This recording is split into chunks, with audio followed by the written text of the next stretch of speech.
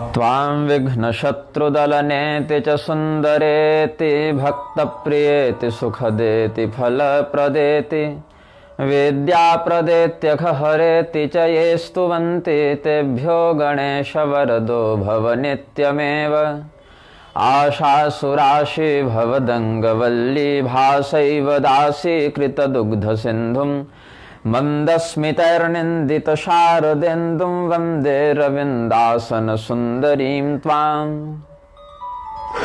नीलाम्बुजश्यामलकोमलाङ्गं सीतासमारोपितवामभागं पाणो महासायकचारुचापं नमामि रामं रघुवंशनाथम्। नारायणं नमस्कृत्य नरं चैव नरोत्तमं देवीं सरस्वतीं व्यासं ततो जयमुदीरयेत्।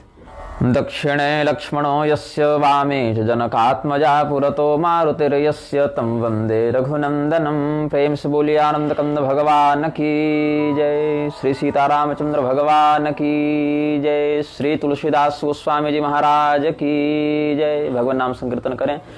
सीताराम सीताराम सीताराम सीताराम सीताराम सीताराम सीताराम सीताराम। राधे श्याम राधे श्याम राधे श्याम राधे श्याम राधे श्याम राधे श्याम राधे श्याम राधे श्याम। सीताराम सीताराम सीताराम सीताराम सीताराम सीताराम सीताराम सीताराम। राधे श्याम राधे श्याम राधे श्याम राधे श्याम राधे श्याम राधे श्याम राधे श्याम राधे। प्रेम से बोलिए आनंदकंद भगवान की जय। तब देखी मुद्रिका मनोहर राम नाम अंकित अति सुंदर चकित चितव मुदरी पहचाने हर्ष विषाद हृदय अकुलानि। अपश्यन् मुद्रिकां रम्यां राम नामांकितां शुभां तदाति चकिता सीता ज्ञात्वा तां राम मुद्रिकां आकुला हर्ष शोकाभ्यामीक्षते तां पुनः पुनः। श्री हनुमान जी वृक्ष के ऊपर हैं, भगवती जानकी जी वृक्ष के नीचे हैं। भगवती जानकी शोकाकुल हैं, हनुमान जी क्रोधातुर हैं कि भगवती सीता जी के ऊपर कितना अत्याचार कर रहा है रावण।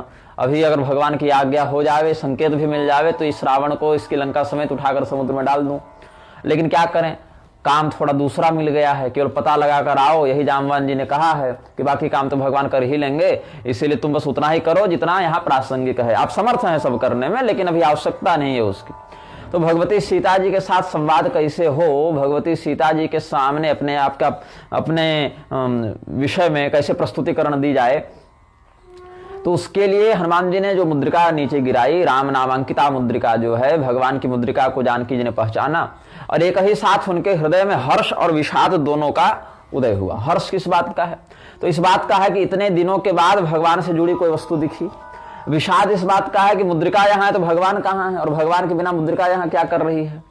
तो दोनों बातों से उनका हृदय एक साथ आप्लावित हुआ है। क्योंकि भगवान अगर यहाँ नहीं है और मुद्रिका केवल है तो कहीं ऐसा तो नहीं कि भगवान का किसी ने अहित कर दिया हो, लेकिन भगवान तो अपराजित हैं, अजेय हैं, उनको तो कोई जीत नहीं सकता। और जानकी जी चूंकि भगवान की शक्ति हैं, इसीलिए स्वयं मायापति की माया तो पहचान ही जाएगी कि ये मायिक है कि वास्तविक है। बोले ये तो वास्तविक मुद्रिका है, ये तो माया से कोई ऐसी नहीं बना सकता।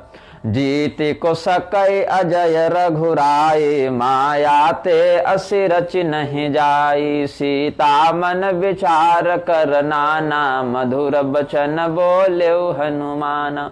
अजेयम राघवम जे तुम समर्थ को धरातले माजयितादृशी रम्या रचनीया हि मुद्रिका। अरचनीया मुद्रिका अस्ति माजया एतादृशी मुद्रिका रम्या मुद्रिका अरचनीया अस्ति। भगवान को मारे बिना ये मुद्रिका यहाँ नहीं ला सकता कोई। भगवान मर नहीं सकते, अजेय हैं, अविनाशी हैं और माया से इस प्रकार की मुद्रिका का निर्माण कोई छल से कर ले, यह भी संभव नहीं। तो भगवती सीता जी बारंबार विचार करने लगी। सीता ने कान विचारांश्च चित्ते कृतवती सती, बोला नहीं, मन में ऐसा उनका चिंतन चल रहा है कि अस्मिन् अवसरे प्राह मारुतिर मधुरम वचः। हनुमान जी ने देखा कि भगवती सीता जी के चित्त में ऐसा व्यग्र भाव उदित हो रहा है, तो उन्होंने मधुर वचनों में भगवान का चरित्र बताना प्रारंभ किया। मधुर वचन क्यों? सर्वतः किमति श्रेष्ठम मधुरम वचनम प्रियम। सबसे उत्तम वस्तु क्या है संसार में? मीठी बोली। मधुर वचन कोई बोल दे तो चाहे कितना भी बड़ा अपराधी हो उसके प्रति क्षमा का भाव उगने लग जाता है, कितना भी बड़ा शत्रु हो उसके प्रति सौहार्द का उदय होने लगता है।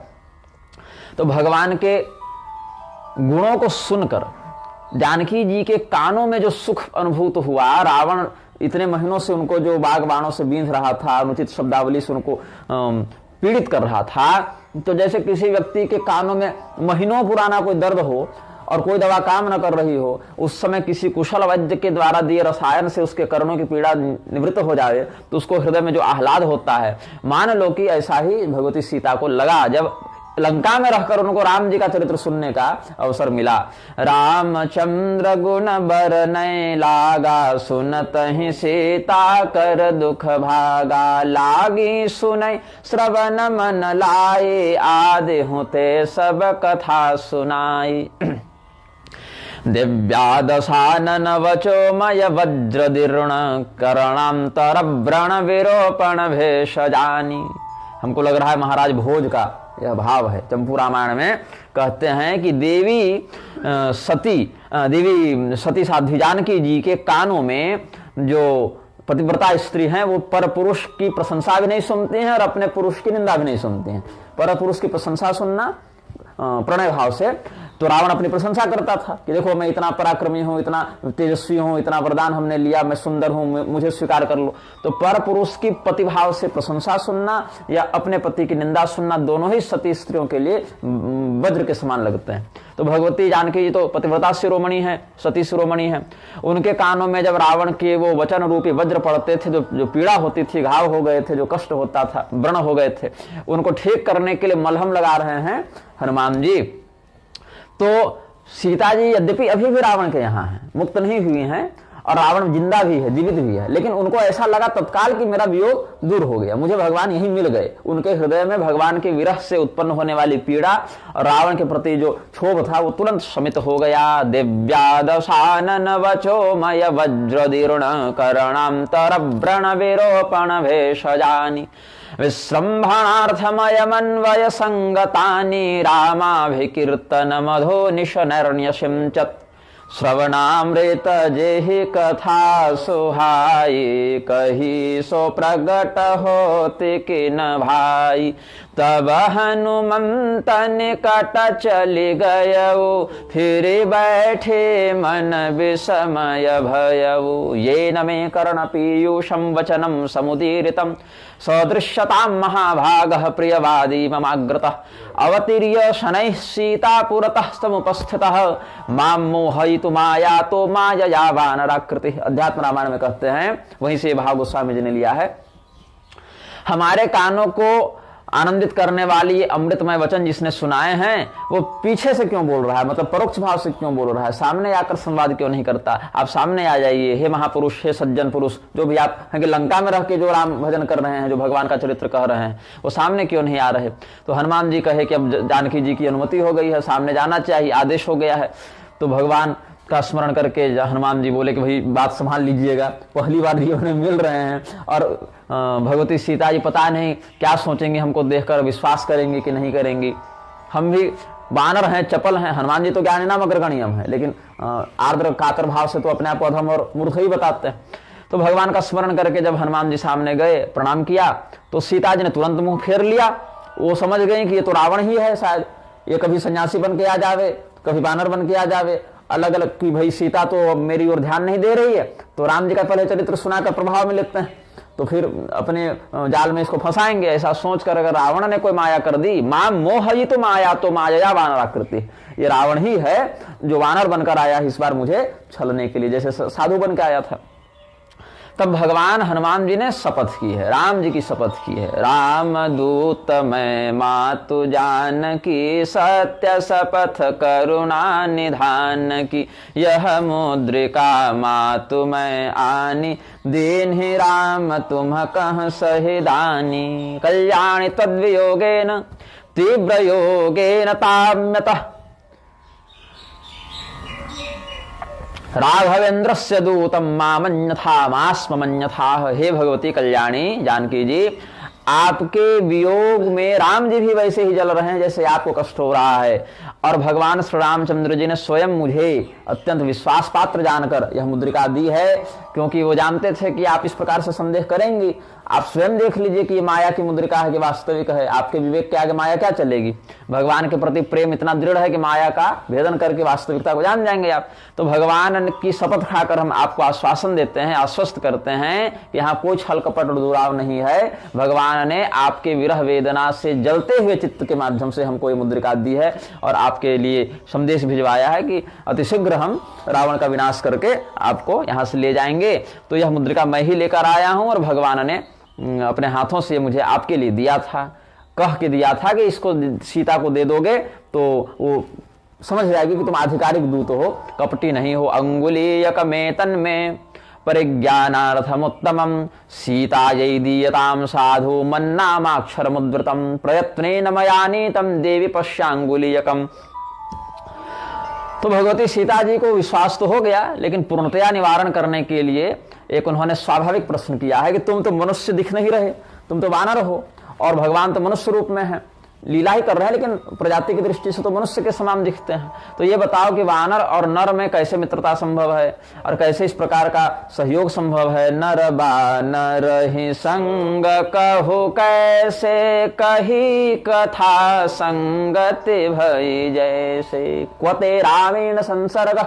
वाल्मीकि जी कहते हैं कि तुम भाई वानर और मनुष्य दोनों अलग अलग प्रजाति, तो संपर्क कैसे हुआ और तुमको कैसे पता कि लक्ष्मण कौन है और राम कौन है, पहले मिले हो क्या कभी।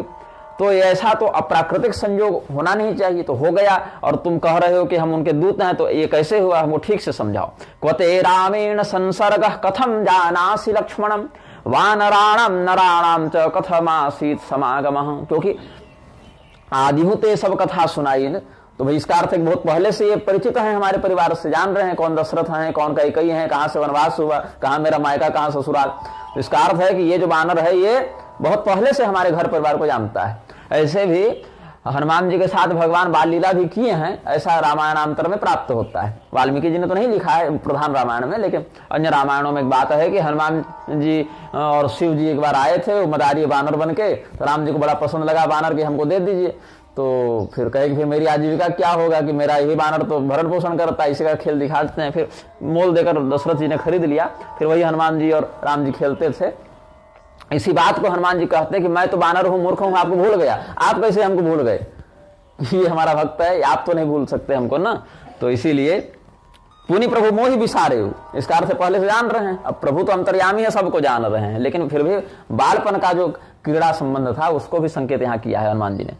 तो अध्यात्म रामायण में कहते हैं कि जब जानकी जी ने ऐसा प्रश्न किया तो मूलतः जो बातें थी कि कैसे वो ऋषिमुख की ओर आ रहे थे, फिर सुग्रीव ने हमको भेजा, फिर हम ब्राह्मण बनकर गए, फिर उनका पता पूछा, फिर पता चला ये भगवान है, फिर भगवान को लेकर हम ये अपने कंधे पर बैठा कर यहाँ ले आए, फिर मित्रता करवा दी। और सारी बातें 2-4 पंक्तियों में मुख्य बातें बता दी। तामाह मारुति प्रीतो जानकीं पुरतः स्थितः, ऋष्यमूक मगाध रामः शबरयानोदितः सुधीः। कैसे सबरी जी ने सुग्रीव का पता बताया कि आपका एक भक्त वहां भी रहता है, उस पर कृपा कीजिएगा तो काम दोनों का बन जाएगा।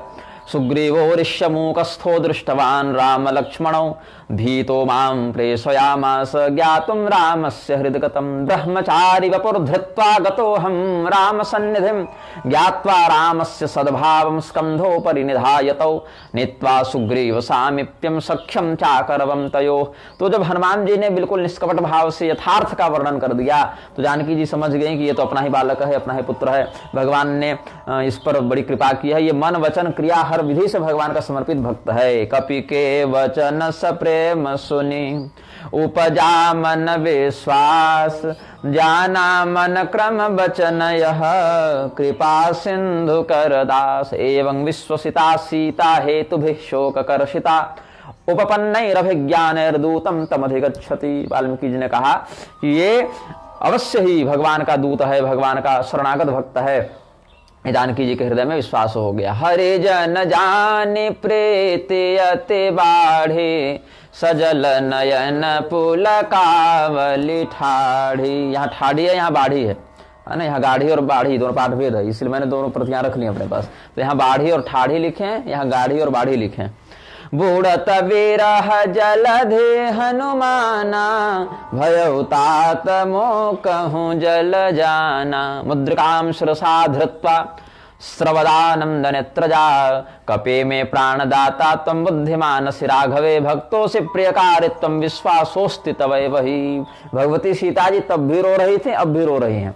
फर्क इतना है, भेद इतना है, अंतर इतना है। तब विरह की पीड़ा से रो रही थी, अब हर्ष और उत्साह से, प्रेम से रो रही हैं, भावावेश में रो रही हैं। तो आनंद नेत्रजा, सर्वदानंद नेत्रजा, उनके नेत्रों से जो आंसू बह रहे हैं उससे उनकी प्रसन्नता का लक्षण दिख रहा है यहाँ पर। तुम भगवान के भक्त हो, भगवान का प्रिय करने वाले हो, इसीलिए भगवान का तुम पर विश्वास है तो मेरा भी तुम पर विश्वास है। आज तुमने मुझ मरती हुई सीता के अंदर चेतना का पुनः संचार कर दिया है। और मेरा भाग्य तो फूट गया था जब भगवान से दूर हुए, लेकिन तुम्हारे सानिध्य से ये कुछ समय के लिए सही, लेकिन हमारे चित्त में प्रसन्नता और उत्साह का उदय हुआ। वाल्मीकि जी कहते हैं मम चाप्यल्प भाग्याया सानिध्यात् तव वानर अस्य शोक विपाकस्य मुहूर्तम स्याद्विमोक्षणम। अब ये बताओ कि हमारा हाल समाचार तो तुम देख ही लिए हो, अब भगवान का क्या हाल समाचार है, लक्ष्मण जी कैसे हैं, सबका हाल समाचार बताओ।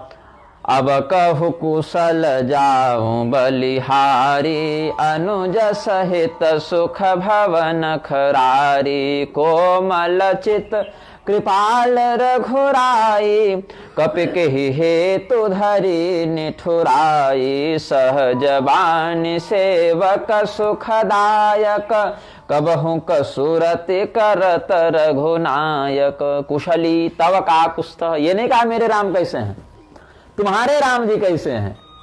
क्योंकि भगवती सीता जी जान रहे हैं कि अनन्य है ना, राम जी का भक्त अनन्य है, तो इसीलिए अपना नहीं तुम्हारा संबंध भगवान से। सती जी ने कहा था ना, प्रजापति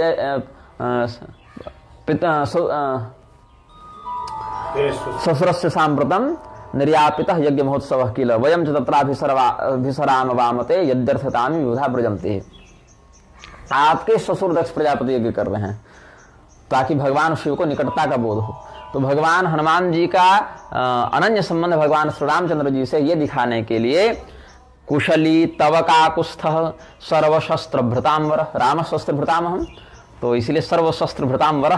गुरोराराधने युक्तो लक्ष्मण शुभ लक्षण मृदुस्वांतः कृपालुश्च रघुराजो दधार वै। हनुमन कथतां वृत्तं कस्माद् हेतुः कठोरतां सुखस्य दानं दास्यभ्यस्तस्यास्ति सहजः प्रणः कदापि स्मरति श्रेष्ठो रघूणां मामपि स्वयं।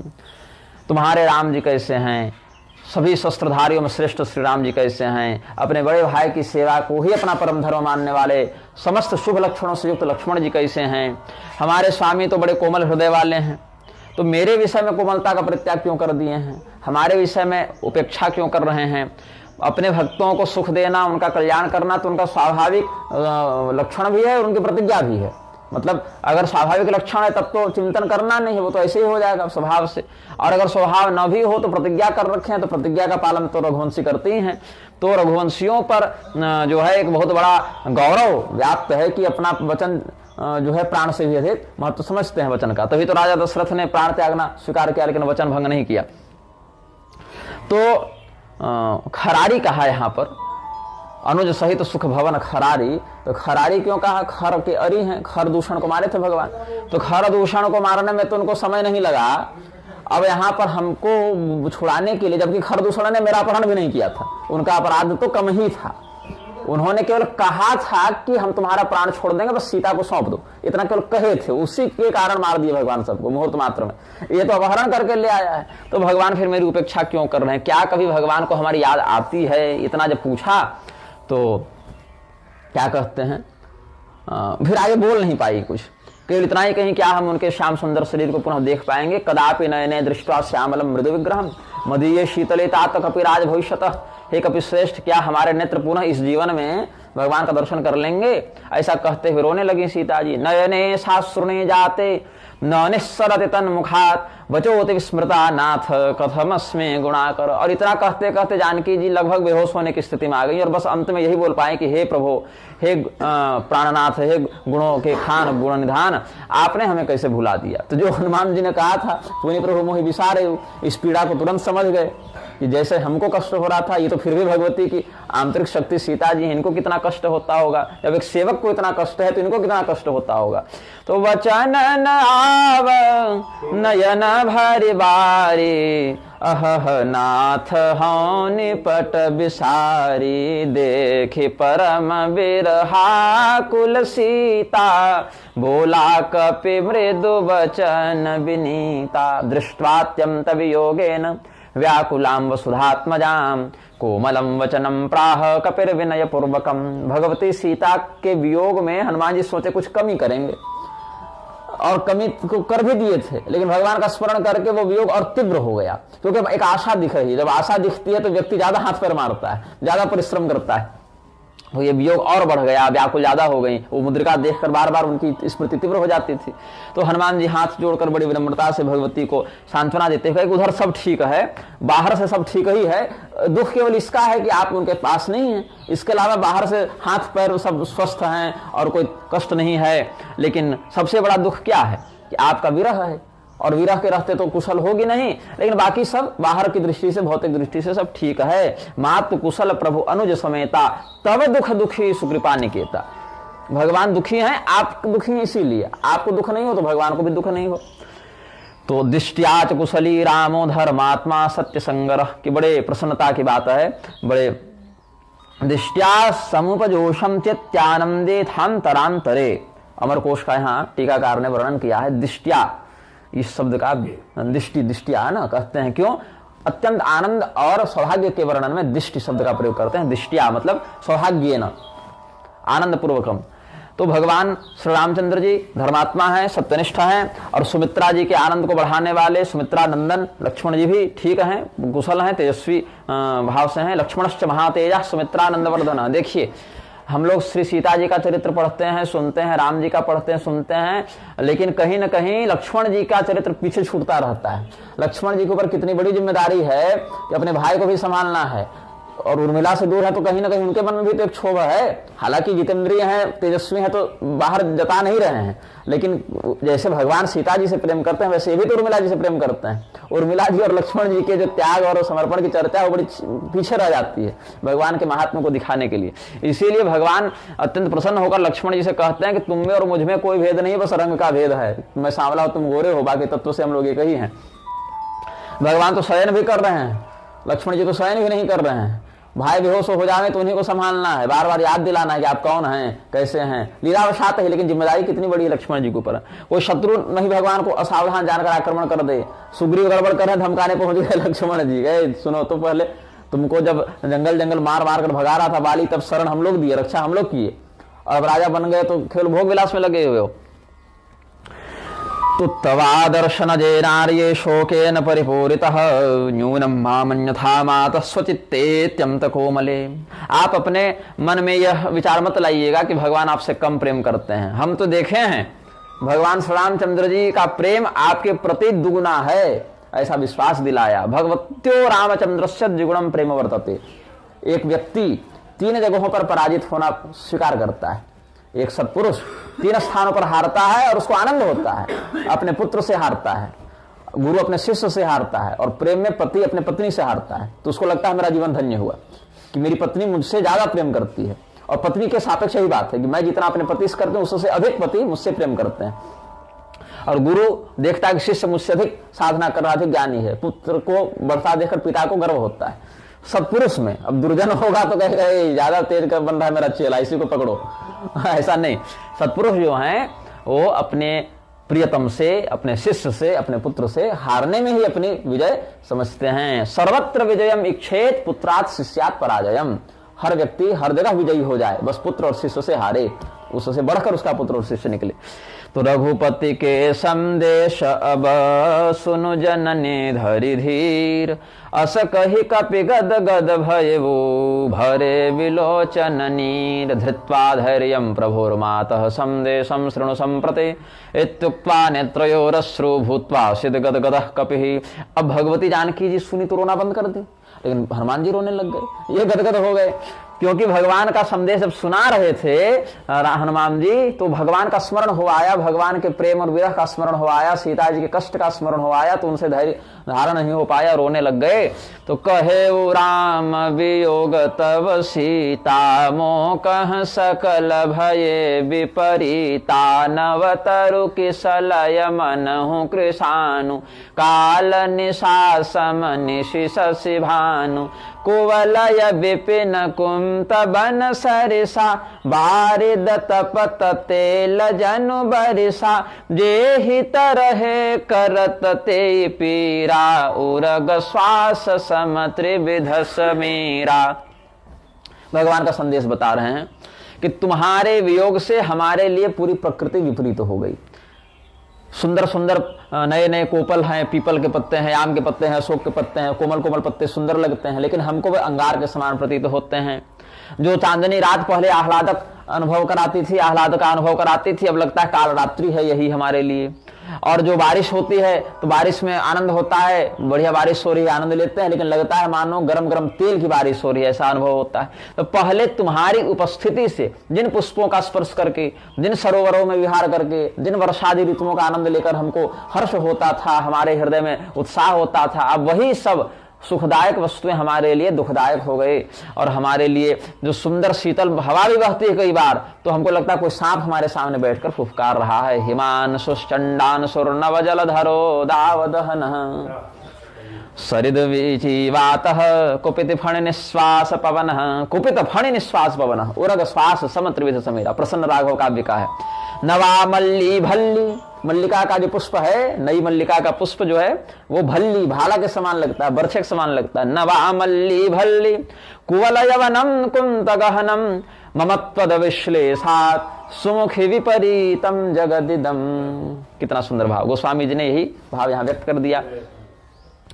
कस्याख्याय व्यतिकरमम मुक्त दुखो भवेयम। अब समस्या क्या है कि हम किसी को कह भी नहीं सकते ये बात, क्या कहें, हृदय की बात को शब्द से व्यक्त भी करें तो कितना करें, और कौन बैठकर सुने, और सुने भी तो कौन अनुभव करे। देखिए, दुख उसको बताया जाए जो सुन ले और सुनकर अनुभव भी कर पाए, तभी सार्थक है दुख का प्रकट करना, नहीं तो भाई चुपे बैठो, अपना झेलो जो मिल रहा है। कस्याख्याय व्यतिकरमम मुक्त दुखो भवेयम। अब शायद मंदाक्रांत छंद आ गया। को जानीते निभृतमुभयो रावयो स्नेह सारम, जानात्येकं शशधर मुखे प्रेम तत्वं मनो में, त्वामे वै तच्चिरमनुगतं तत्प्रिये किं करोमि। कहे उते कछु दुख, इसमें कहूँ ते कछु दुख घटे होई, काहि कहूँ यह जानन कोई। तत्व प्रेम कर मम अरु तोरा, जानत प्रिया एक मनु मोरा। सो मनु सदा रहत तोहि पाही, जानु प्रीति रसो इतने ही माही। मैं ज्यादा नहीं कहूंगा, मेरे मन की बात तो मेरा मन ही जाने, और मेरा मन तुम्हारे पास है, तो तुम्हारे अतिरिक्त मेरे वियोग के कष्ट को कोई अनुभूत नहीं कर सकता। ऐसा कहकर भगवान मौन हो गए, भगवान आगे नहीं बोल पाए, तो हमने भी यहीं तक संदेश सुना और यहीं तक आपको बताया। तो भगवान का यह संदेश सुनकर जानकी जी को बड़ा धैर्य का अनुभव हुआ, धारस बंधा उनके हृदय में, मगन प्रेम तन सुधि नहीं ते ही। साराम संकीर्तन वीत शोका, रामस्य शोके न समान शोका। शरन्मुखे नाम्बुद शेष चंद्रा, निषेव वैदेह सुता बभूव। जैसे शरद पूर्णिमा की रात्रि में चंद्रमा अपने पूर्ण प्रभाव के साथ विकसित होते हैं, और कदाचित वहां बादल आ जावे तो चंद्रमा के प्रकाश में कुछ न्यूनता दिखती है, और फिर जब वो बादल हट जावे तो चंद्रमा एक विशिष्ट प्रकाश के साथ पुनः प्रकाशित हो जाते हैं। तो ऐसे ही साराम संकीर्तन वीत शोका, भगवती का लक्षण कैसा है, भगवान के नामोच्चारण से, संकीर्तन से, स्मरण से उनका कष्ट जो है वो दूर हो गया। रामस्य शोके न समान शोका। और शोक भी कैसा है, तो जैसा शोक भगवान को है वैसा ही इनको भी है। शरन्मुखे नाम्बुद शेष चंद्रा निषेव वैदेह सुता बभूव। और जैसे चंद्रमा के प्रकाश में विशिष्टता हो जाती है, जब बादल निकल जाए और फिर कोई दूसरा मेघखंड आ जाए तो फिर वो छिप जाए, तो ऐसे ही भगवान का स्मरण करके कई बार जानकी जी का मुख खिल जावे, वो उनका प्रेम स्मरण करके खिल जावे, लेकिन अभी तो वियोग ही है, अभी तो हम रावण के यहाँ हैं, ऐसा चिंतन करके फिर से मलिनता आ जावे। तो ये लगा कि जैसे शरद पूर्णिमा की रात्रि में चंद्रमा विकसित हैं, प्रकाशित हैं और बादल चले जा रहे हैं, तो कई बार छिप जावे और कई बार चंद्रमा प्रकाशित हो जावे। कह कपि हृदय धीर धरु माता, सुमेरी राम सेवक सुखदाता। उर आनहु रघुपति प्रभुताई, सुनि मम वचन तजहु कदराई। दृष्टा कथंचित् भवति न कालः परिदेवितुम्, इमं मुहूर्तम दुःखानामन्तं द्रक्ष्यसि भामिनी। भगवान के प्रभाव का स्मरण कीजिए भगवती, आप चिंता न करें, शोक न करें। इमं मुहूर्तम दुःखानामन्तं द्रक्ष्यसि भामिनी। आपको मैं विश्वास दिलाता हूं कि आपका दुख इसी मुहूर्त में दूर हो गया, क्योंकि मैंने आपको देख लिया और भगवान को मैं बता दूंगा यथाशीघ्र जाकर। और जैसे ही भगवान को पता चलेगा फिर तो कोई विलंब की बात ही नहीं। अब विलंब के कारण स्वामी तुरंत भगवान आपका उद्धार करने के लिए, रावण पर विजय प्राप्त करने के लिए चल पड़ेंगे। और अभी तक ये हो चुका होता, बस पता चल जाता कि आप कहाँ हैं। लेकिन क्या है कि रावण भी बहुत क्रूर है, दुष्ट है, उसके भी 10 जगह ठिकाने हैं, तो पता नहीं कहाँ जाकर रख दिया होगा। और गलत जगह आक्रमण कर दें, वो सतर्क हो जाए तो फिर आपको विविध प्रकार से क्षति पहुंचा दे या कहीं गुप्त स्थान पर रख दे तो और अधिक विलंब हो जाए। इसीलिए जो रघुवीर हो तो सुधि पाई, करते नहीं विलंब रघुराई। लेकिन क्या कहें, इतना कष्ट हुआ, इस पर सबको खेद है, लेकिन अब कोई कष्ट आगे नहीं होगा। देवित्वाम यदि जानाति स्थितामत्र रघुत्तमः, करिष्यति क्षणार्ध भस्म लंकाम राक्षस मंडिता। और ऐसे तो हम, आप लोग की आज्ञा होती तो अभी ही आपको ले जाते, इतना प्रपंच नहीं करना पड़ता। भगवान को भी कोई कष्ट नहीं, आपको भी कोई कष्ट नहीं, लेकिन वो आदेश अभी नहीं मिला है। प्रभु आयसु नहीं राम दुहाई, नहीं तो हम तो कर ही दिए रहते अभी तक सारा कांड। रावण इतना बोल ही नहीं पाता मेरे सामने, लेकिन ये रावण बोल रहा है, इसकी प्रत्येक श्वास सुरक्षित है अभी तक। इसमें एक ही कारण है कि भगवान चाहते हैं जीवित रहे। भगवान अगर कह देते कि हनुमान सीता जी जब मिल जावे, हाँ पूछिए। जो अभी आपने कहा ना, जो रघुवीर हो तो सुधि पाई, हाँ, तो क्या हनुमान जी इस बार उनके ध्यान नहीं थी कि उनको तो पता ही है? हाँ पता ही है, फिर क्यों ऐसे कह रहे हैं हनुमान जी? तो हनुमान भगवान जहाँ ऐश्वर्य दिखाने नहीं आए हैं ना। मर्त्यावतारस्ति मर्त शिक्षणम रक्षो बधाए केवल हो, भागवत में आगे मिलेगा, आज ही प्रसंग आएगा, 5वें स्कंद में है। भगवान का अवतार केवल इसीलिए नहीं हुआ है कि राक्षसों को मार दें, भगवान का अवतार इसलिए हुआ है कि मनुष्यों को विधिवत शिक्षा दें। तो शिक्षा देने के लिए, जहां पर ऐश्वर्य के प्रकाशन का विशेष औचित्य नहीं है वहां भगवान ऐश्वर्य नहीं दिखाते, क्योंकि वहां वियोग की लीला इसीलिए करनी है ना, स्वकृपा प्रकाशनार्थम। जो हमने आपको अद्भुत रामायण की कथा में बताया था, स्वकृपा प्रकाशनार्थम लक्ष्म्या प्रथम विश्लेष। भगवती जानकी जी का भगवान से प्रथम वियोग क्यों हुआ है? अपनी कृपा दिखाने के लिए कि जिन राक्षसियों ने मेरे साथ अत्याचार किया, हमने उनको भी कोई दंड नहीं दिया, उन पर कृपा करके उनको क्षमा कर दिया। ये कब दिखेगा? जब सीता जी के ऊपर अत्याचार होगा, राक्षसियां उनको डराएंगी, धमकाएंगी, फिर रावण मरेगा, तब जानकी जी को कहा जाएगा कि इन राक्षसियों को भी दंड दें। तब कहेंगे नहीं, ये तो अपने स्वामी की आज्ञा के वशीभूत थे, इनको दंड नहीं देना है। और भगवान को जो वियोग प्राप्त होना है, सीता जी रावण के यहाँ नहीं जाएंगी तो रावण मरेगा ही नहीं। और रावण जो है वो भगवती सीता जी को लंका ले गया है, ये बात तो जान ही रहे थे पहले, जटायु इत्यादि ने नहीं बताया है क्या? पहले भी ऐसा कुछ कुछ रामायणों में मिलता है कि भगवान को पहले से पता था, उसी की पुष्टि करनी थी। दूसरी बात, रावण को बार बार अवसर दिया गया, अभी भी समय है तुम वापस कर दो। यहाँ तो कहें कि सेतु बंधन के बाद भी अंगद जी के माध्यम से भगवान ने अवसर दिलवाया है ना, अभी भी तुम वापस कर दो सीता जी को, मेरी शरण में आ जाओ, क्षमा मांग लो। तो भगवान जानने के बाद भी बार बार अवसर दिए हैं उसको। भगवान ऐश्वर्य का प्रयोग, ये छोड़िए, सीता जी के हरण से पहले नहीं मार सकते थे रावण को? मार ही सकते थे, तो सीता हरण ही क्यों हुआ फिर? और ये छोड़िए, यहाँ यहीं क्यों आए? अगर मनुष्य रूप ही से रावण मरता तो वहीं से एक मनुष्य रूप बनाते, मत्स्य बन सके, कुर्म बन सके, निसिंह बन सके, तो मनुष्य नहीं बन सकते थे। नर नारायण के रूप में मनुष्य नहीं थे, परशुराम के रूप में मनुष्य नहीं थे ही। तो भगवान की लीला उनकी इच्छा और पूर्वापर प्रसंगों को संयोजित करने के लिए होती है। उसमें यह नहीं कि समर्थ नहीं थे कि क्या नहीं थे, इस प्रकार का चिंतन नहीं करना चाहिए। तो यहां पर कहते हैं ताव भव पुरुष व्याघ्रौ राजपुत्रा वनिंदितौ तद्दर्शन कृतोत्साहो लंकाम भस्मी करिष्यतः। भगवान तो समुद्र को आकाश गमन के माध्यम से ही नाग लेते समुद्र को, या कुछ नहीं कहते। हनुमान जी कहते कि आप तो पार कर ही चुके हैं, हमको बैठा ही कंधा पर पहुंचा दीजिए, लंका एक बाण में निपटा के आ जाते हैं वापस, पुल नहीं बांधना है। लेकिन अलग अलग लीलाओं के माध्यम से मेरे कथाओं को लोग समझें, उनसे प्रेरणा लें, अपने कर्तव्य को समझें, इसके लिए भगवान ये सब लोक मर्यादा का प्रवर्तन करते हैं। नहीं तो उत्सी देवी में लोकानुकुर्याम करना चाहिए। हम क्यों करते हैं? भगवान संसार की व्यवस्था को यथोचित रूप से बनाए रखने के लिए। कछुक दिवस जननी धरुधीरा कपिन सहित अहि रघुवीरा निश्चर मारे तो ही लय जय हहीं तिहुपुर नारदादि जस गई हहीं। इसीलिए तिहुपुर नारदादि जस गई हहीं, यही कारण है कि भगवान के कीर्तनों का हमको अवसर मिलता रहे। इसलिए भगवान इतना विस्तार करते हैं लीला का कि तिहुपुर नारदादि जस गई हहीं।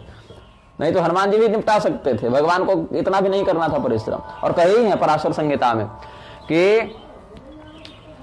रामादीनाम रण ख्यातिम दातुम यो रावणादिकान नावधीत स्वयमेवैतस्तम वंदे हनुमत प्रभुम। भगवान के यश में, भगवान के प्रभाव के प्रकाशन में कोई कमी न रहे, इसीलिए हनुमान जी ने रावण को छोड़ दिया था। नहीं तो रावण इत्यादि का वध हनुमान जी ही कर देते, लेकिन भगवान के महात्म्य को प्रकाशित करवाना वहां ज्यादा अभिष्ट था, मुख्य विषय वह था। इसीलिए हनुमान जी ने रावण को नहीं मारा। ये वानरों ने हनुमान जी के पराक्रम की स्तुति में कहा है। जब पता चला ना लंका जला के सब मटिया मेट करके आ गए, तो बोले आप तो रावण को मार सकते थे, वो तो भगवान के यश में कोई विघ्न न आ जावे, कोई त्रुटि न आ जावे, इसीलिए आपने रावण को छोड़ दिया। यही शिक्षा दी थी। हाँ, इसलिए रावण की आयु थोड़ी बढ़ गई, नहीं तो हनुमान जी निपटा देते। ऐसे रावण मरण मनुज कर जाता है, ऐसे बहुत कुछ है उसमें। भगवान ही उनका उद्धार करने आए थे। तो हनुमान जी सोचे कि समर्थ होना और वहां औचित्य पूर्वक विनियुक्त होना, दोनों में अंतर है। समर्थ तो कोई भी व्यक्ति किसी कार्य में हो जाए तो कर ही दे, ऐसा संभव नहीं है ना, उचित भी नहीं है। दुखे मगना शिवै देहि स्थिरा भव शुभानने क्षिप्रम पश्यसि रामत्वं सत्यमे तद्ब्रवीमिते हत्वा च समरे क्रूरम रावणं सह बांधवं राघवस्त्वां विशालाक्षी स्वपुरीं प्रतिनश्यति। आप अभी दुख के सागर में मग्न हैं, अब आप स्थिर हो जाइए। डूबते को तिनके का नहीं, पूरे जहाजे का सहारा मिल गया। तिनका कौन कहे, पूरा भवारणव से पार करने के लिए जो महापोत हैं, भवसागर पोतस्त्वम। भगवान कौन है? भगवान की स्तुति में कहते हैं भवसागर पोतस्त्वम दया सिंधु कृपा निधे। भगवान आप कृपा के समुद्र हैं, दया के समुद्र हैं, और संसार समुद्र से पार जाने के लिए आप सबसे बड़ी और मजबूत जहाज हैं। तो भगवती जानकी जी ने यहां फिर से प्रश्न किया। स्वयं शक्ति हैं, लेकिन प्रश्न कर रहे हैं कि तुम्हारे जैसे जैसे अगर बानर है तब तो रावण मर गया, हम समझ गए। छोटे छोटे बानर क्या मारेंगे रावण को, क्या मारेंगे उसकी सेना को? तुम तो इतने छोटे से दिखते हो और सब बानर कहते हो कि तुम्हारे ही समान हैं, तो फिर तो ये तो राक्षस नाश्ता पानी में खत्म कर देंगे तुम लोगों को, फिर लड़ोगे कैसे? हैं सुत कपि सब तुम्हें समाना जातु धान अति भट बलवाना मोरे हृदय परम संदेहा सुन कपि प्रगट किन्ह निज देहा जानकी प्राहतम वत्स कथम तम योत्ससे सुरैः असुरैः सह तम कथम योत्ससे। कैसे लड़ोगे? ये बड़े बड़े राक्षस दुर्दांत दिग्विजयी सब बड़े बड़े देवता जिनसे कांपे, ऐसे राक्षसों से तुम युद्ध करोगे कैसे? क्योंकि अति सूक्ष्म वपुः सर्वे वानराश्च भवादृशा। आपने कहा कि सारे बानर हमरे समान, और तुम्हारी स्थिति तो हम देख ही रहे हैं। तो अति सूक्ष्म वपुः, इतना छोटा तुम्हारा रूप, इतना अल्प तुम्हारा पराक्रम, दुबले पतले दिखते हो, और वानर भी तुम्हारे समान बाकी, तो इन राक्षसों का संहार होगा कैसे?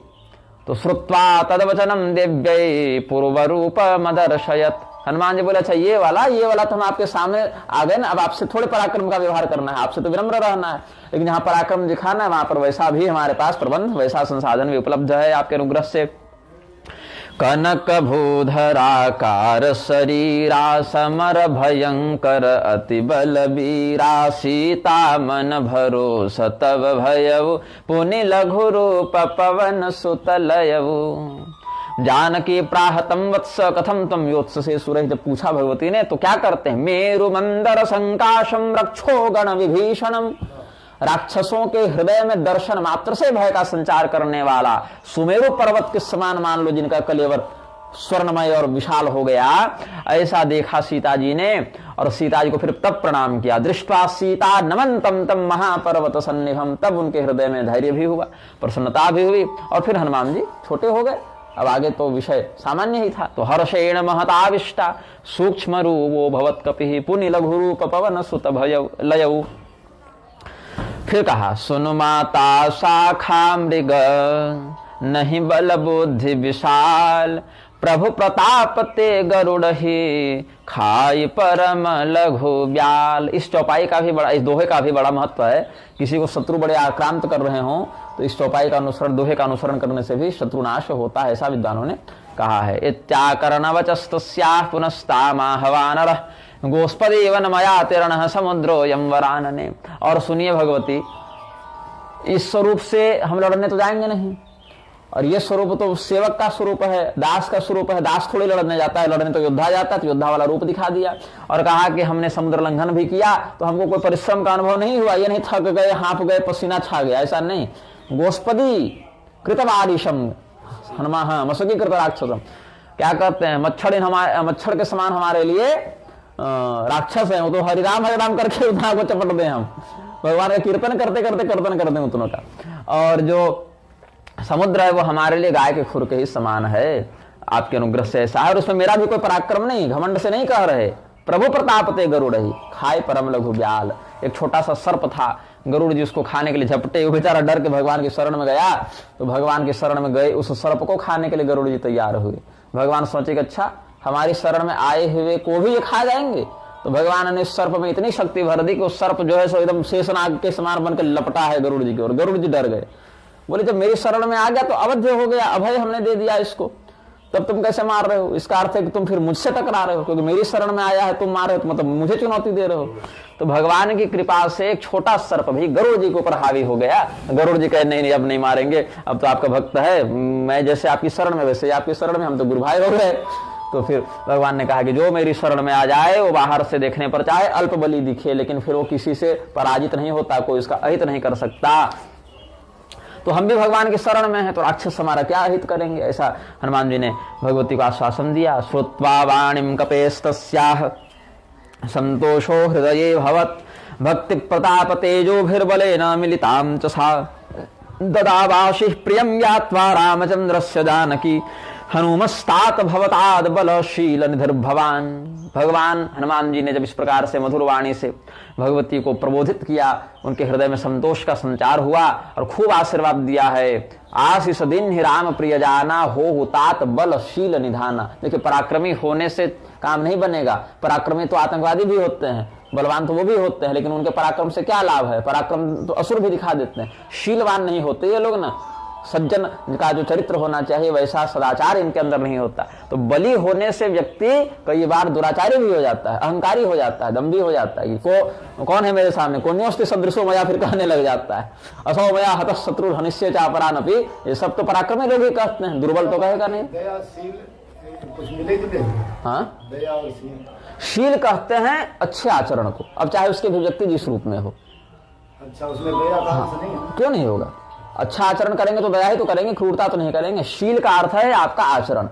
अब उसमें तो कोई दुष्शील हो जाए और कोई सुशील हो जाए, लेकिन जो शील है वो सामान्यतया शीलवान अगर शब्द कह रहे हैं तो इसका अर्थ है वो सदाचारी है। और सदाचार के कई प्रकार हैं, सत्य बोलना भी सदाचार है, दया भी सदाचार है, दान भी सदाचार है, क्षमा करना भी सदाचार है।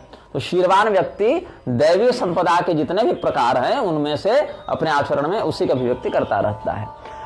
तो ददावाशिः प्रियं ज्ञात्वा रामचंद्रस्य जानकी, हनुमंस्तात भवताद भव बलशील निधिर भवान। और कहे कि आप चिरंजीवी हो जाएं, आपके शरीर में कभी कोई रोग न हो, कोई आदि व्याधि न हो, मृत्यु का भय न हो, समस्त सद्गुण आप में वास करें, भगवान आपसे बहुत प्रेम करें। ये अंतिम में बहुत बड़ा वरदान दे दिया कि भगवान आपसे बहुत प्रेम करें। क्योंकि देखिए भगवान से सब किसी न किसी बहाने से प्रेम कर लेते हैं, कोई स्वार्थ से, कोई परमार्थ से।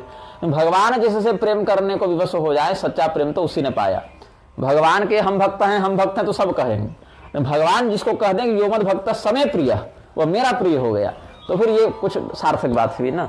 अजर अमर गुण निधि सुत हो, करहूँ बहुत रघुनायक छो, करहूँ कृपा प्रभु अस सुनि काना, निर्भर प्रेम मगन हनुमाना। भवाजरो मरस्तात गुणानां च निधि कपे, कृपां करोतु बहुलां सदा श्री रघुनायक।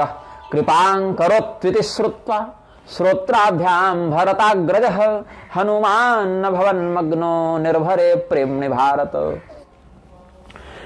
हनुमान जी ने जैसे ही सुना कि हमारे स्वामी हमसे प्रेम करें, तो हम तो प्रेम करें तो ठीक है, स्वामी है, मैं सेवक, मेरा काम ही है, लेकिन भगवान मेरे ऊपर प्रेम करें मतलब मेरा स्थान उनके हृदय में बन गया है, ऐसा आशीर्वाद मुझे प्राप्त हो। तो हनुमान जी को वहीं समाधि लग गई, मान लो हनुमान जी को वहीं भगवान का सानिध्य अनुभव होने लगा और बार बार भगवती के चरणों में माथा टेकने लगे और हाथ जोड़कर कहने लगे अब मेरा जीवन धन्य हुआ, अब हम कृतार्थ हुए। क्योंकि सब जानते हैं कि माँ का आशीर्वाद निष्फल नहीं होता, और आप तो अम्बा नहीं, आप तो जगदम्बा हैं, तो जगदम्बा का आशीर्वाद निष्फल कैसे होगा। अब कृत कृत्य भयमय माता, आशीष तव अमोघ विख्याता। भूयो भूयश्चरणयोर मूर्धना नमति मारुतिः, कृतांजलिर्वचः प्राह कृतकृत्योऽधुना भवम्, अहं मातस्तवा मोघा आशीषो विजितं भुवि। आज प्रातः काल सत्संग में वर्णाश्रम पर कौन बोल रहे थे? नहीं, वो जो बोले कि भाई साहब और भाई साहब में अंतर पता नहीं चल रहा है, बड़ा अच्छा बोले। आप बोले थे क्या? मैं बड़ा ध्यान से सुन रहा था कि कहीं कुछ अशास्त्रीय तो नहीं बोल रहे, क्योंकि बोलेंगे तो फिर मैं टोकूंगा। लेकिन मैं बहुत ध्यान से सुना, लेकिन कहीं आपने कुछ अनुचित नहीं कहा। जो कहा आपने बिल्कुल यथार्थ और शास्त्र के मर्यादा के अंतर्गत रहते हुए कहा। खैर, तो यहाँ पर भगवान हनुमान जी अब सोचे कि अब आए हैं और सब पता उता करके जब सीधे ऐसे चले जाएंगे तो अच्छा नहीं लगेगा, थोड़ा मिलते हैं पार्टी से कि कौन यहाँ का राजा है भाई। अब बाहर से तो मिल लिया परोक्षता, ये तो आया ही था अपना ताम झाम लपेट के कि देखो मैं इतना ऐश्वर्यवान हूँ, इतना पराक्रम हूँ, हे सीते मुझे स्वीकार करो। बहुत बकवास किया है और हम तो पेड़ से जिसको देख रहे थे, लेकिन ढंग से आमना सामना भी हुआ नहीं। विधिवत थोड़ा एक बार हो जावे तो इसको कुछ ज्ञान बताऊं, हो सकता है। देखिए, रावण से बैर नहीं था किसी को, रावण को ही सबसे बैर था। और नहीं तो रावण का उत्कुल जितना उत्तम रहा, रावण की विद्या, रावण की तपस्या सब जिस प्रकार की थी, बस अगर वो अहंकारी नहीं होता, व्यभिचारी नहीं होता, तो फिर रावण का राज्य बहुत अच्छा माना जाता। लेकिन वही जो गड़बड़ उसके मन में आई ना, अहंकार और व्यभिचार, यही दो उसको ले बैठा। इस पर अगर उसका नियंत्रण हो जाता तो रावण बहुत अच्छा व्यक्तित्व सिद्ध हो जाता। बस वही जो संक्रमण उसके जीवन में हो गया, वही ले बैठा उसको। तो इसीलिए रावण को जिसने भी समझाया है, सबने बहुत सम्मान से और बहुत अच्छे से अपना हितैषी समझकर बताया है कि भाई तुम हमारे अपने हो, सगे हो। हनुमान जी ने भी रावण की इतनी प्रशंसा की है, वाल्मीकि जी के वचनों में आप देखिएगा कि भाई तुम्हारा कुल इतना अच्छा, तुम्हारी तपस्या इतनी उत्तम, तुम्हारा तुम्हारी शिव भक्ति इतनी अच्छी है, तुम्हारा वेद ज्ञान इतना अच्छा, और फिर तुम पर स्त्री के प्रति आसक्त हो, ये तो भाई अच्छा नहीं लगा मुझे, ये तो तुम्हारे व्यक्तित्व में अच्छा नहीं लग रहा। तो हे रावण, तुम्हारे जैसा महान मस्तिष्क वाला व्यक्ति अगर ऐसा धर्म करेगा तो फिर सामान्य अनपढ़ व्यक्ति क्या करेगा। इतना तक समझाया उसको, इतने सौम्य शैली में समझाया, नहीं समझना था उसको। खड़ग हंसते न दुर्जन, दुर्जन जब तक हाथ में तलवार न देखे वो सुधरता ही नहीं है, और कई बार तो कटने के बाद भी नहीं सुधरता। तो भगवान हनुमान जी सोचे कि अब कैसे रावण से मिले, तो ऐसा करो कि कुछ उत्पात करो कि रावण स्वयं हमको बुलाने के लिए विवश हो जाए, रावण ही देखने के लिए विवश हो जाए। अब आप देखिए, प्रधानमंत्री से मिलना चाहें और न मिलना चाहे वो तो क्या किया जाता है, कुछ ऐसा काम कर दो कि प्रधानमंत्री खुद बुलाने के लिए विवश हो जाए कि भैया बुलाओ इसको, क्या चाहता है। तो आजकल लोग क्या करते हैं, ईमेल कर देते हैं, धमकी दे देते हैं, गाली गलौज करने लग जाते हैं, और प्रतिभा तो दिखाएंगे नहीं। तो ये तो सामान्य जनों की बात होगी। हनुमान जी बोले प्रतिभा क्या दिखावे इसको तो पराक्रम दिखाते हैं, क्योंकि है दुष्ट। ठीक है, योग्य है, लेकिन योग्यता के ऊपर दुष्टता हावी हो गई है इसकी। इसलिए कहा भगवती से, सुनहु मातु मोहि अतिशय भूखा, लागी देखि सुंदर फल रूखा, सुन सुत करहि विपिन रखवारे, परम सुभट रजनीचर भारे। भगवान हनुमान जी कहते हैं कि बहुत भूख लगी है, बड़ी लंबी यात्रा से आया हूँ, खाया पिया कुछ नहीं हो, रात भर उपवास ही किया, इधर उधर घूमा, सुबह से विभीषण जी भी कुछ नहीं खिलाए पिलाए, बस पता भेज दिए। अब हमको तो आप लोग सुबह सुबह दे देते हैं। हनुमान जी भूखे थे, उनको कुछ मिला नहीं। हनुमान जी ने कहा कि मैया बड़ी भूख लगी है, और बच्चे को भूख लगे तो मैया तो खैर सब काम धंधा छोड़ के उसकी भूख मिटावे। तो और यहाँ पे इतना सुंदर बगीचा, इतने रसीले, इतने मधुर दिव्य फल हैं। रावण का बगीचा भैया स्वर्ग को लज्जित करे, उसके पास तो सब ऐश्वर्य है। ऐसे मधुर मधुर फल देखकर बानर हूं ही, भूखे हूं ही, और क्या चाहिए। तो भूखे का अधिकार भोजन पर, प्राकृतिक अधिकार है। भूखे हैं और कुछ उपलब्धता नहीं, तो जो भोजन दिखाओ उस पर आपका अधिकार है।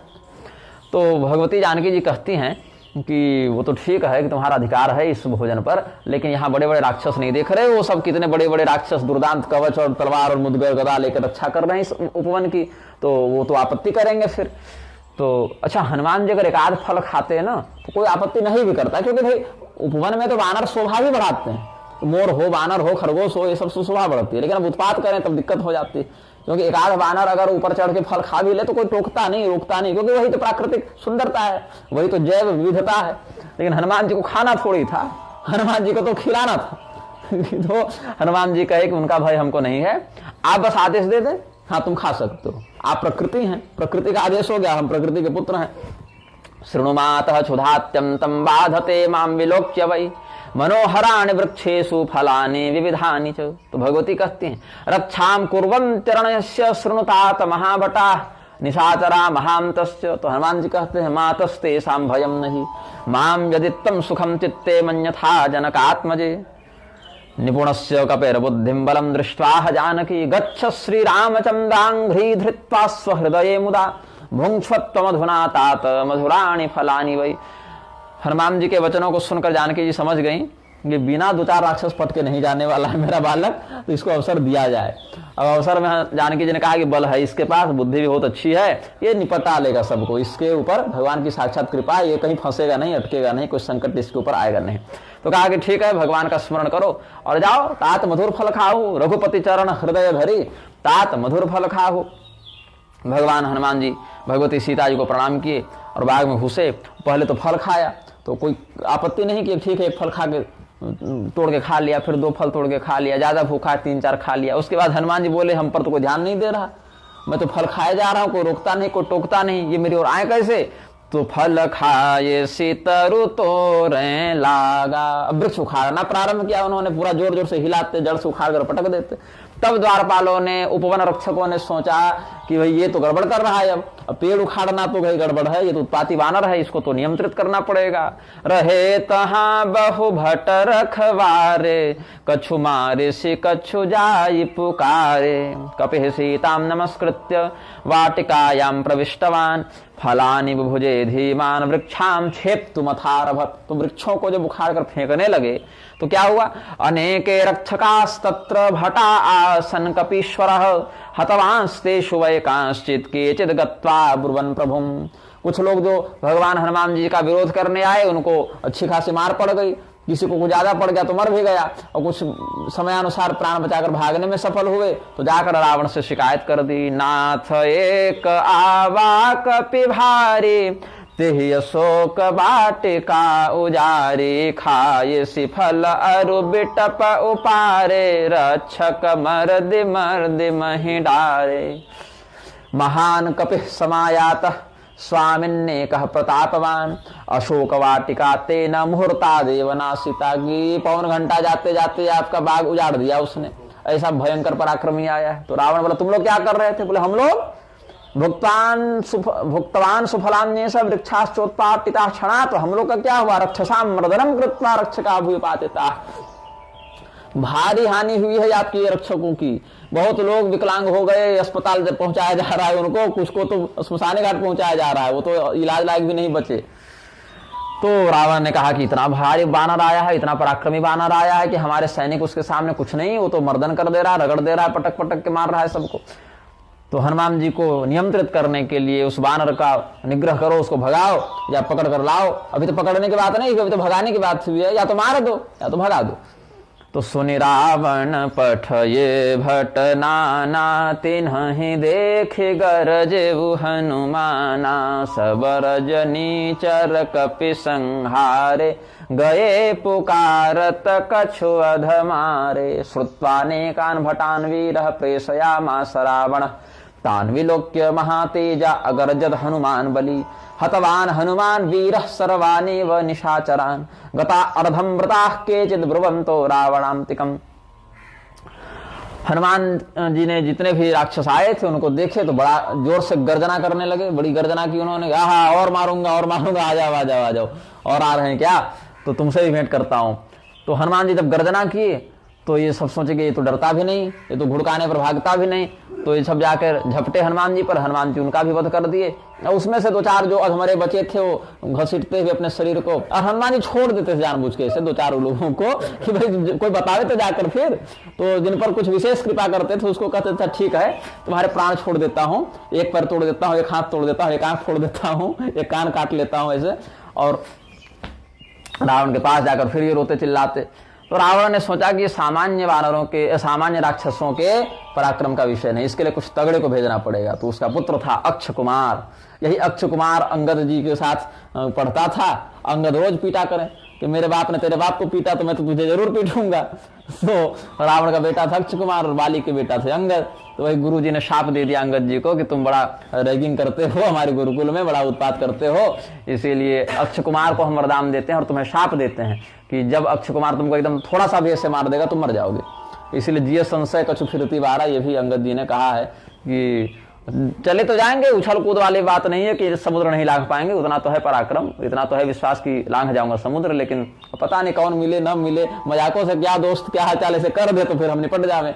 तो इसीलिए हनुमान जी आप अक्षय कुमार से मिलिएगा तो उसको निपटा के ही आइएगा, बाकी को तो हम अकेले भी देख लेंगे। पुनि पठये वो ते ही अक्षय कुमारा, चला संगलय सुभट अपारा, आवत देखि बिटप गहि तर जा, ताहि निपाति महाधुनि गरजा, पुनरक्ष कुमारम स प्रेषयामास रावण। अक्षय कुमार कुछ लोग कहते हैं लेकिन नाम है अक्ष कुमार, अक्षय नहीं है, वहां पर अक्ष शब्द है। अक्षर दिव्यते ये सब शब्द है ना, अक्ष पाशा को भी कहते हैं, आंख को भी कहते हैं।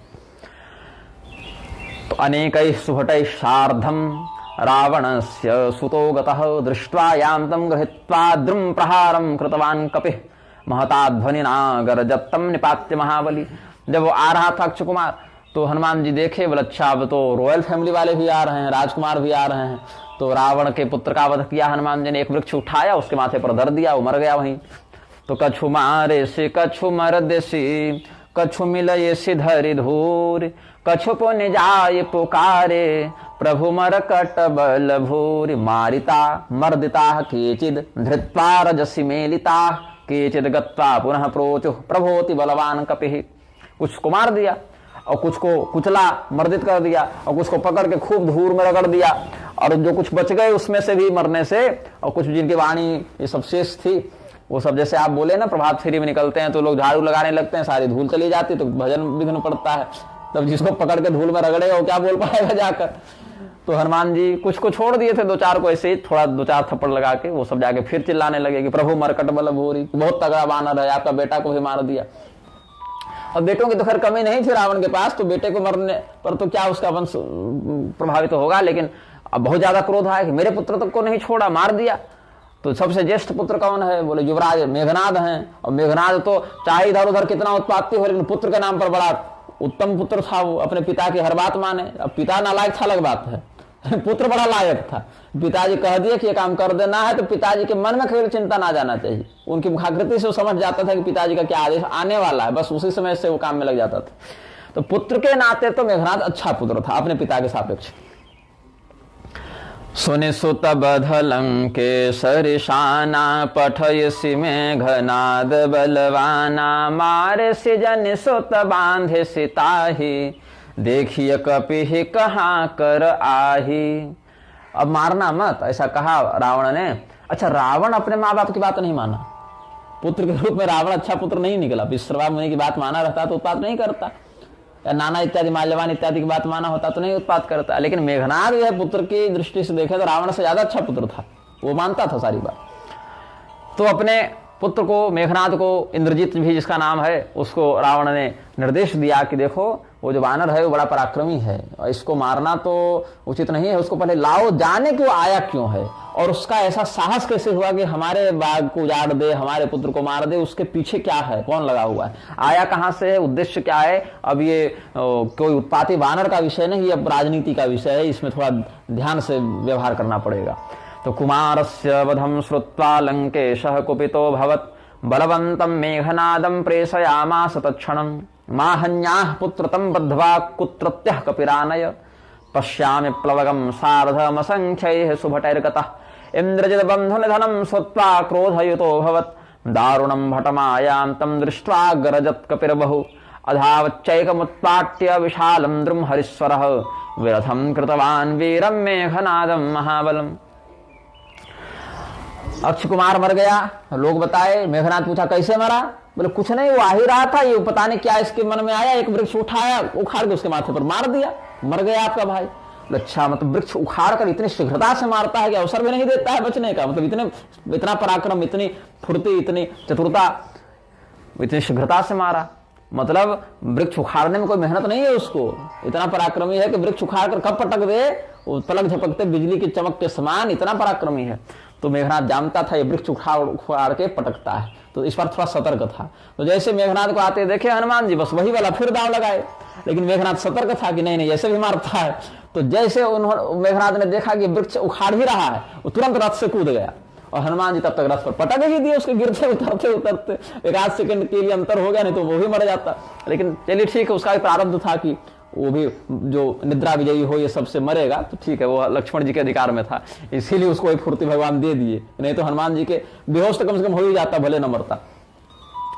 तो मेघनाद ऐसे भी बेहोश कर दिए हैं एक बार मेघनाद को हनुमान जी। वो तो वरदान था उसके साथ कि अमुक अमुक स्थिति में ही तुम मरोगे, अमुक अमुक प्रकार के साधना शक्ति से युक्त ही तुमको मार सकते हैं, ऐसे निद्रा विजयी, क्षुधा विजयी, ये सबसे मरोगे। तो मेघनाद तुरंत कूदा रथ से, और तब तक हनुमान जी उतरते उतरते पटक ही दिए उसके रथ पर वृक्ष को, और उसके रथ को, घोड़े को, सारथी को, सब को चटनी बना दिए। और जितने भी राक्षस उसके पक्ष से आए थे उनको पकड़ पकड़ के हनुमान जी रगड़ने लगे, अपने शरीर में ही कुछ को रगड़ देते। तो वज्र का आया है हनुमान जी, उसको लगे कि हमको वज्र में रगड़ा जा रहा है, इतना लगा बाकियों को। आसन महाभटास्तस्य सहायास्तान कपिः क्षणात् ग्राहम ग्राहम निजांगेभ्यो मर्दयद वायुनंदनः रहे महाभट्टता के संगा गहि गहि कपि मर्दय निज अंगा तिन्हि निपात ताहि सन बाजा भिरे जुगल मानहु गजराजा। तो जितने सैनिक थे वो तो परास्त हो गए, अब बचे हनुमान जी और मेघनाद, दोनों भिड़ गए। जैसे दो विशाल हाथी वो एकदम उन्मत्त होकर एक दूसरे के प्रति क्रोध का व्यवहार करते हुए भिड़ जावे, वैसे ये दोनों भिड़े हुए थे। तो हनुमान जी ने एक घूसा मारा मेघनाद को और फिर वृक्ष पर जाके चढ़ गए, बैठ गए, और ये बेहोश हो गया। इसको बिल्कुल अंधेरा छा गया आंखों के सामने कि अरे बाप रे, बहुत जोर मारता है भाई, तभी तो मेरे भाई को मार दिया। अब मेघनाद को विचलित कर दे तो मेघनाद भी डर गया कि भाई बहुत पराक्रम है, एक आध मुक्का और मार दे तो कहीं खून बक न दे, बेहोश हो जाए पूरा तो फिर मर जावे। तो बहुत माया का व्यवहार किया उसने। लेकिन हनुमान जी मायापति के भक्त हैं, क्या माया उनको करेगी, वो भी राक्षस की माया।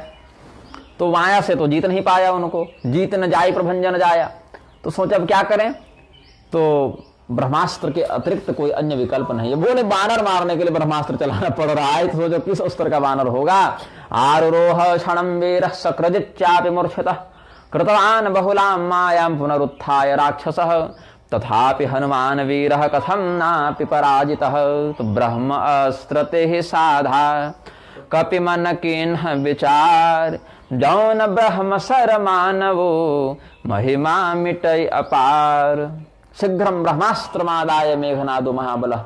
अत्यंत त्वरा के साथ, शीघ्रता के साथ मेघनाद ने ब्रह्मास्त्र का आवाहन किया और हनुमान जी की ओर चलाया। तो हनुमान जी के ऊपर ब्रह्मास्त्र का प्रभाव पड़ता नहीं, चूंकि वरदान था उनको कि कोई भी अस्त्र शस्त्र आपको किसी प्रकार से भी प्रभावित नहीं करेगा। लेकिन हनुमान जी सोचे कि ब्रह्मा जी का अस्त्र है और अस्त्र का एक अलग महात्म्य है, महिमा है, तो इनके अस्त्र की महिमा भी बच जावे। और ऐसे भी हमको तो रावण से मिलना ही है, तो हमारा तो काम यही है कि हम रावण तक पहुंचे। अब हरा कर तो ये लोग नहीं ले जा सकते हमको, तो हमको अपनी इच्छा से ही जाना पड़ेगा। तो ऐसा करते हैं, ब्रह्मास्त्र के ही बहाने हम स्वयं को हारा हुआ दिखा देते हैं, ताकि रावण के सामने एक बार जाने का अवसर मिल जाए। तो सवीर्यमस्त्रस्य कपिर्विचार्य पितामहानुग्रहमात्मनश्च विमोक्ष शक्तिं परिचिन्तयित्वा पितामहाज्ञामनुवर्तते स्म। पितामह ब्रह्मा जी, लोक पितामह ब्रह्मा जी की कृपा हम पर है, वरदान है, और ब्रह्मा जी की आज्ञा है कि ब्रह्मास्त्र को कोई भी निष्फल नहीं करेगा। तो ब्रह्मास्त्र के महात्म्य को ध्यान में रखकर, उसकी गरिमा के कारण, न कि मेघनाद के कारण, यहाँ पर जैसे मैं मर्यादा पुरुषोत्तम का भक्त हूं तो मैं भी मर्यादा का ही अनुसरण करूंगा। ऐसा चिंतन करके हनुमान जी ने ब्रह्मास्त्र की मर्यादा का विचार करके विमोक्ष शक्ति में परिचिंतयित्वा कि कब तक हमको बंधना है। बोले ठीक है, घड़ी भर हम इसमें बंधेंगे, जब तक यहाँ से वहां पहुंच जावे तभी तक बंधना है, तो 20-25 मिनट तक बंधेंगे, उसके बाद मुक्त हो जाएंगे। ऐसा विमोक्ष शक्ति में परिचिंतयित्वा फिर बंध गए। ब्रह्म बाण कपि कहते ही मारा, परते हूँ बार कटकु संहारा। अब हनुमान जी थे वृक्ष के ऊपर, सब लोग नीचे से भाला बर्छी तलवार फरसा लेके बैठे हैं कि उतरेगा तो मारेंगे, और फिर मना भी रहे कि न उतरे, कि उतर जाएगा फिर यही मारेगा, और फिर कह रहे भगाओ भगाओ मारो मारो। तो ब्रह्मास्त्र जब चलाया मेघनाद ने हनुमान जी के ऊपर, वो लगा, हनुमान जी वहां से बेहोशी का नाटक करते हुए गिरे और जानबूझ के राक्षसों के ऊपर गिरे। ऐसा गिरे कि जो राक्षस नीचे थे वो तो आ गए प्रभाव में, वो सब मर गए। तो इन मूर्खों ने सोचा, राक्षसों ने, कि ये गिर गया है, बेहोश हो गया, अब इसको बांध देते हैं। यही गड़बड़ कर दी। ये ब्रह्मास्त्र के बंधन के बाद दूसरा बंधन नहीं लगाना है। अब इन्होंने एक सामान्य रस्सियों सब बांधना प्रारंभ किया। मेघनाद माथा पीट लिया कि ये सब कैसे मूर्ख मूर्ख राक्षस हमारे राज्य में रहते हैं। एक तो एक व्यक्ति पर 2 बार ब्रह्मास्त्र भी नहीं चल सकता है, एक व्यक्ति पर एक ही बार ब्रह्मास्त्र चलेगा। ब्रह्मास्त्र चल गया तो आप दूसरे बंधन से नहीं बांध सकते, ब्रह्मास्त्र को अपना अपमान लगता है, वो अपने विसर्जित हो जाता है। तो इसीलिए राक्षसों ने इतना परिश्रम किया जो मेघनाद ने सब निष्फल कर दिया। अब देखिए मेघनाद तो जान रहा है कि ये ब्रह्मास्त्र के प्रभाव में भय नहीं, तो मेघनाद सोच रहा है कि कहीं उठ न जावे, क्योंकि ये नाटक कर रहा है, पूरा नाटक कर रहा है अभी। क्योंकि जैसे ही अन्य रस्सी से इसको बांधा गया, ब्रह्मास्त्र चला गया और मरा फिर भी नहीं, बेहोश हुआ केवल। ब्रह्मास्त्र चलाने पर मरा नहीं, तो अब नहीं मरेगा ये। ऐसे जानकी जी ने आशीर्वाद दे ही दिया था, अजर हो जाओ, अमर हो जाओ। तो ये मरा तो नहीं, ब्रह्मास्त्र चलाने के बाद ही केवल बेहोश हुआ है, और बेहोशी भी इसकी खुद की इच्छा से है, मतलब ये नाटक कर रहा है। क्योंकि अन्य अस्त्रों के प्रभाव तो छोड़ो, ब्रह्मास्त्र का ऐसा प्रभाव है कि अन्य बंधन को सहन नहीं करता।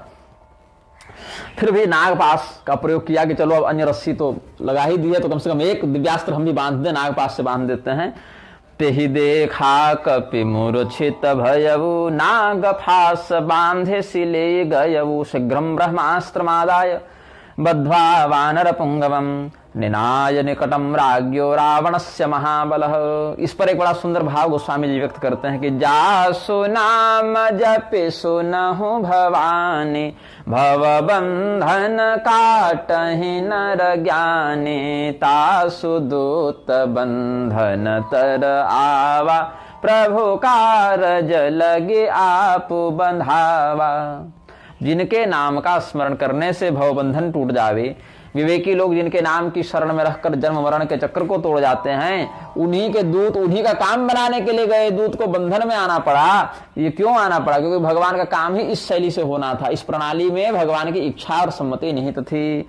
यस्य नाम सततम जपन्ति ये ज्ञान कर्म कृत बंधनम, क्षणात् सद्य एव परिमुच्य तत्पदम यान्ति कोटिरविभासुरम शिवम। सर्वेषामेव पर्याप्तो राक्षसानाम हम युधि। हनुमान जी क्या कहते हैं? इन सभी राक्षसों के लिए हम अकेले पर्याप्त हैं, किंतु रामस्य प्रीत्यर्थम विषहिष्ये हमिदृशम। हम सहन करेंगे, भगवान की इच्छा यह है, भगवान की सम्मति इसी बात में है, सब सहूंगा।